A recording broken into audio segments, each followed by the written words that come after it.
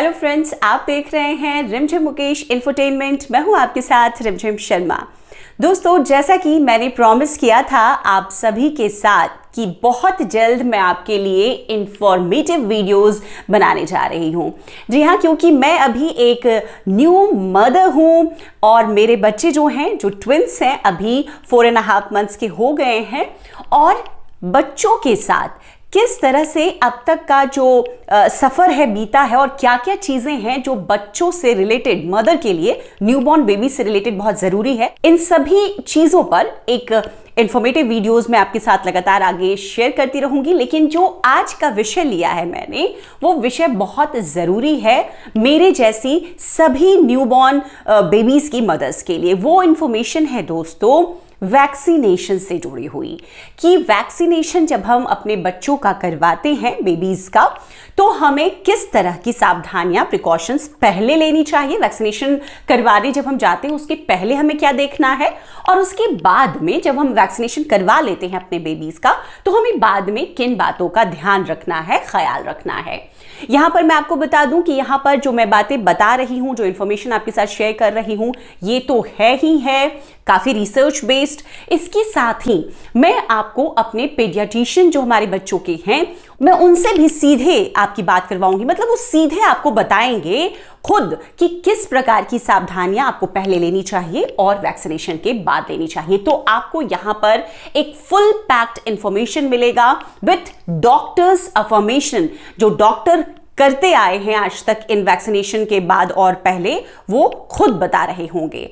तो चलिए वीडियो शुरू करते हैं। उससे पहले यहां पर आपसे एक रिक्वेस्ट कि अगर आप चैनल पर नए आए हैं, पहली बार आप ये वीडियो देख रहे हैं, इससे पहले देखिए मैं ब्लॉगिंग करती आई हूं, आगे भी करती रहूंगी, लेकिन इस तरह की इंफॉर्मेटिव वीडियोस आज पहली बार मैं शुरू कर रही हूं। लेकिन इसके बाद बहुत तरह की आपको यहां पर इंफॉर्मेशन मिलेगी। तो चैनल को प्लीज प्लीज सब्सक्राइब भी जरूर कर लीजिए। वीडियो अगर पसंद आए तो लाइक जरूर कीजिएगा। और आगे, क्योंकि इंफॉर्मेशन ऐसी है कि हर न्यू मदर के लिए, न्यूबॉर्न बेबीज की मदर के लिए बहुत जरूरी है, उन तक भी जरूर पास ऑन कीजिए, शेयर कीजिए। तो दोस्तों, वैक्सीनेशन न्यूबॉर्न बेबीज में क्यों जरूरी है? देखिए, जब बच्चे जन्म लेते हैं तो पहले ही दिन से वैक्सीनेशन की जो प्रक्रिया है उनकी शुरू हो जाती है, और ये चलती है खासतौर पर अगर बच्चों की मैं बात करूं सबसे पहले, तो 10 से 12 साल या अब 15 सालों तक कई बूस्टर डोजेस बच्चों को लगते हैं। ये आपके हॉस्पिटल और आपके पीडिया पर भी निर्भर करता है।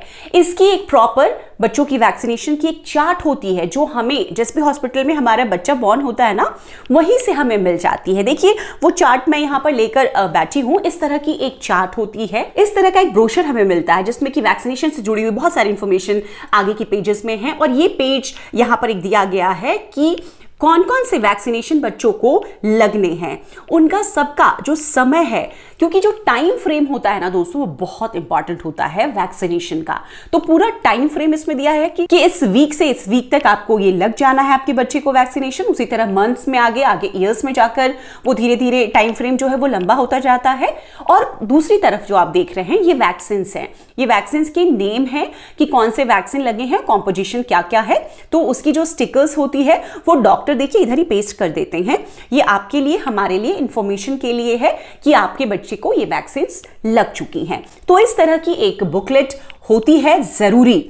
अब देखिए, ये इस तरह की जो बुकलेट है, ब्रोशर है, ये अगर आपके पास नहीं है तो भी आप अपने डॉक्टर से सलाह लेके आप उनसे लिखवा सकते हैं, और वो आपको एक चार्ट बना करके ही दे देंगे कि ये चार्ट है और ये टाइम फ्रेम होगा, आप अपने बच्चे को लेकर आएंगे, वो वैक्सीन लगाएंगे। तो एक इंपॉर्टेंट, सबसे इंपॉर्टेंट वैक्सीनेशन से जुड़ी हुई ये इंफॉर्मेशन हुई कि आपको टाइम फ्रेम का, वैक्सीनेशन लगवाने के पहले टाइम फ्रेम का बहुत ध्यान रखना है। दोस्तों, जैसा कि मैंने बताया आपको कि उसके पहले किस तरह की सावधानियां रखनी है, उस पर भी मैं आती हूं। जो ये वैक्सीन है क्यों जरूरी है, अब ये भी जान लेते हैं। देखिए, वैक्सीन हमारे बच्चों में, जो न्यूबॉर्न बेबीज होते हैं, वो जब आते हैं इस दुनिया में, तो यहाँ जो तरह तरह के जीवाणु हैं, कीटाणु हैं, वायरस हैं, उनसे अगर किसी भी प्रकार का उन्हें हानि हो, उससे रोग जो होते हैं, जो बीमारियां होती है, उनसे लड़ने के लिए उनके बॉडी में इम्यून सिस्टम को स्ट्रॉन्ग कर देते हैं, प्रतिरोधक क्षमता का निर्माण करते हैं। बच्चों में जो रोग प्रतिरोधक क्षमता है उसको बढ़ाने के लिए, उससे लड़ने के लिए वैक्सीन दिए जाते हैं। बहुत तरह की बीमारियां हैं, उन पर मैं नहीं जाऊंगी, बहुत वीडियो लंबा हो जाएगा। तो ये कारण है कि न्यूबॉर्न बेबीज में ही शुरू हो जाता है वैक्सीनेशन करवाना। अब सीधे अब टॉपिक पर आते हैं और बात करते हैं कि वैक्सीनेशन जब हम करवाने जा रहे हैं बच्चों को तो किस तरह की सावधानियां रखें। सबसे पहला तो टाइम फ्रेम ही है, जिस पे बारे में विस्तृतता से मैंने भी बात कर ली। टाइम फ्रेम का आपको ध्यान रखना है। विद इन टाइम फ्रेम आपको जाना है अपने डॉक्टर के पास, अपने पीडिया के पास में, मतलब कि अपने बाल चिकित्सक के पास में अपने बच्चे को लेकर। दूसरा, जब आप जा रहे होंगे तो आपको पहले से ध्यान देना है कि आपके बच्चे को किसी भी प्रकार की उस समय बीमारी ना हो, बीमार ना हो बच्चा। जैसे कि बच्चे को बहुत जल्दी बुखार हो जाता है, जुकाम हो गया, खांसी हो रही है, या किसी अन्य प्रकार की अगर बच्चा बीमारी से ग्रसित है उन दिनों, तो आपको अपने डॉक्टर की परामर्श पहले ले लेनी है कि क्या आप वैक्सीनेशन के लिए आएंगे या अभी आपको वैक्सीनेशन नहीं कराना है।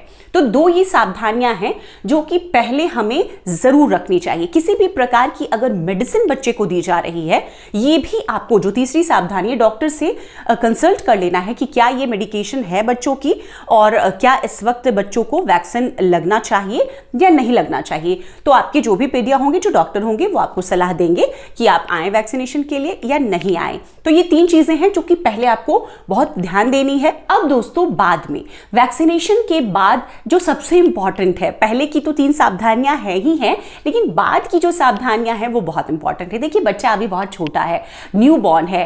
वैक्सीनेशन में एक तो इंजेक्शन लगता है, जो कमजोर दिल की माँ है, पिता है, उनको बहुत परेशानी होती है, बच्चा बहुत रोता है।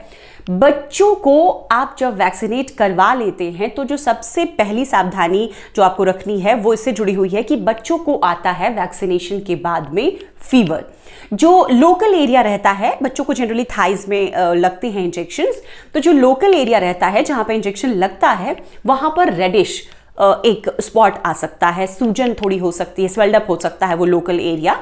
तो आपको ये ध्यान देना है कि अगर ऐसा हुआ है तो आपको डॉक्टर से परामर्श लेना है। इसके लिए डॉक्टर क्या करते हैं, इसके लिए डॉक्टर मेडिसिन प्रिस्क्राइब करते हैं। जो डॉक्टर प्रिस्क्राइब करते हैं वही मेडिसिन, जैसे मेरे बच्चों को क्रोसिन, जो बेबी क्रोसिन होते हैं दोस्तों, पेडियाट्रिक ड्रॉप्स, तो हमें वही देने होते हैं। वो देखिए, दोनों चीजों में, जो बच्चों को वैक्सीनेशन के बाद फीवर आता है और जो सूजन होती है, रेडनेस आ जाती है लोकल एरिया में वो, या फिर बच्चा बहुत इरिटेटेड हो जाता है, बहुत इरिटेशन होती है, क्रैंकी हो जाता है, रोने लगता है, इन सभी चीजों के लिए डॉक्टर एक मेडिसिन ही उस वक्त प्रिस्क्राइब करते हैं। बहुत तरह की मेडिसिन देने की जरूरत नहीं होती है। तो उस मेडिसिन को आपको डॉक्टर से ही लिखवा कर लेना है अपने प्रिस्क्रिप्शन पर, और वो मेडिसिन आपको अपने बच्चे को देना है। दूसरी जो चीज होती है कि आपको ये ध्यान देना है कि डॉक्टर ने जो भी मेडिसिन प्रिस्क्राइब की है उसका डोज क्या हो। देखिए, जो छोटे बच्चे होते हैं ना, उनके एज के अकॉर्डिंग जैसे जैसे वो बहुत तेजी से वो बड़े होते हैं, जैसे जैसे उनका वेट बढ़ता है ना, उनकी डोसेस भी बढ़ जाती है। तो हो सकता है कि आपने जो सेकेंड मंथ में या फर्स्ट मंथ में जो दिया हो डोज, वो थर्ड मंथ में या फोर्थ मंथ में काम नहीं करेगा। तो आपको प्रॉपर डोज भी लिखवा लेना है डॉक्टर से अपने प्रिस्क्रिप्शन पर कि आपको कितने डोज में वो ड्रॉप्स जो है वो अपने बच्चे को देना है।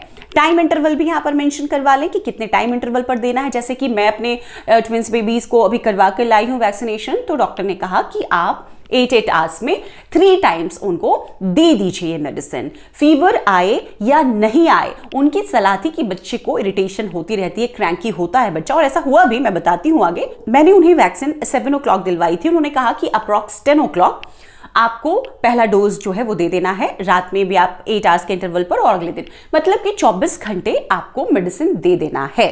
अब तीसरी चीज दोस्तों कि जब आपको वैक्सीन आपके बच्चे को लगी तो वहां पर जो टैपिंग करते हैं डॉक्टर्स, देखिए बहुत हमेशा बोलते हैं कि जल्दी से विद इन 10 मिनट्स वो हटा दीजिए, क्योंकि बच्चे की जो स्किन होती है बहुत सॉफ्ट होती है और वो बहुत तेज चिपक जाता है। तो डॉक्टर ने हमें भी यही सलाह दी कि इसे फौरन 10 मिनट्स के अंदर आप यहाँ से जाएं और गाड़ी तक पहुंचे और तभी के तभी आप इसे हटा दें।